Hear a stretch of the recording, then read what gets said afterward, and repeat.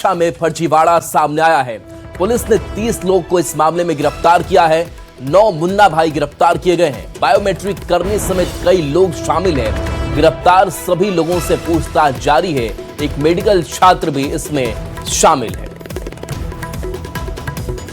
तो पुलिस ने 30 लोगों की गिरफ्तारी की है और इन 30 लोगों में 9 मुन्ना भाई है। इसके साथ साथ बायोमेट्रिक कर्मी है।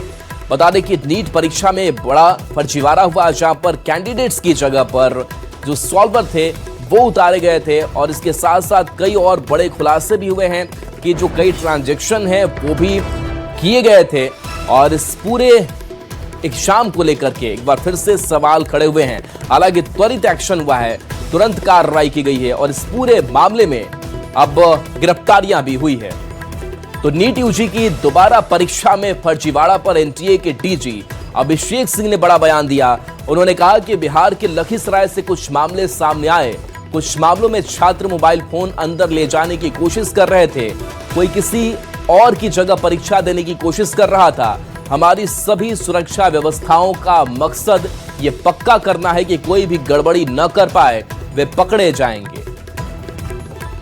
Like the government has already accepted the recommendation of the high level committee for going for a computer based testing examination.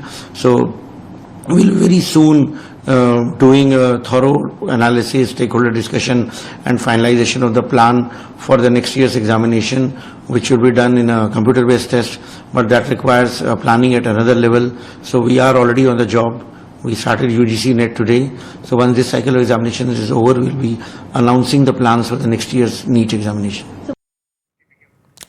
वहीं नीट यूजी री एग्जामिनेशन पर अभिषेक सिंह ने कहा कि सरकार ने कंप्यूटर आधारित परीक्षा कराने के लिए हाई लेवल कमेटी की सिफारिश पहले ही मान ली है। हम बहुत जल्द अगले साल की परीक्षा के लिए पूरी जांच पड़ताल करेंगे, स्टेक होल्डर से बातचीत करेंगे और योजना को अंतिम रूप देंगे, जो कंप्यूटर आधारित टेस्ट के तौर पर होगी। साथ ही उन्होंने कहा कि नीट यूजी री एग्जामिनेशन के नतीजे भी जल्द ही जारी किए जाएंगे। Like the government has already accepted the recommendation of the high level committee for going for a computer based testing examination. So we'll very soon doing a thorough analysis, stakeholder discussion and finalization of the plan for the next year's examination, which will be done in a computer based test, but that requires planning at another level. So we are already on the job. We started UGC NET today.